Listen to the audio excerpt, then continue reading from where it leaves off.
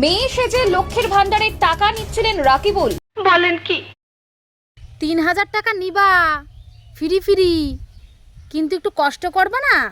হ্যাঁ, 3000 টাকার গায়ে ভার নাই, শুধু টাকা নেয়ার বেলা আছো। যেই ফর্মগুলো ফিল আপ করতে বলছে গায়ে একেবারে জ্বালা উঠে যাচ্ছে। যাদের জ্বালা উঠছে তারা একটু নুন আর লঙ্কা ছিটাই দাও, আরও দেখবা মজা। বুঝছো? বেশি বেশি একেবারে সবগুলো। ঠিক করেছে, বাছাই করে টাকা দেওয়া উচিত। বাংলাদেশি মালগুলো এসে টাকা নিয়ে যাবে আমাদের এখান থেকে, সেটা আমরা সহ্য করব। এক এক পুরুষ মানুষ তো, মহিলা সেজে 4টে-5টে অ্যাকাউন্ট খুলে তাতে আবার টাকা নেয় লক্ষ্মীর ভান্ডার। দেখবা, প্রমাণ সহকারে দেখাচ্ছি, দেখো। মেয়ে সেজে লক্ষ্মীর ভান্ডারের টাকা নিচ্ছিলেন রাকিবুল। দুর্নীতি ধরলেন খোদ মুখ্যমন্ত্রী। মুখ্যমন্ত্রী দুর্নীতি ধরতেই রাকিবুলকে আটক করে অ্যাকশন মোডে পুলিশ।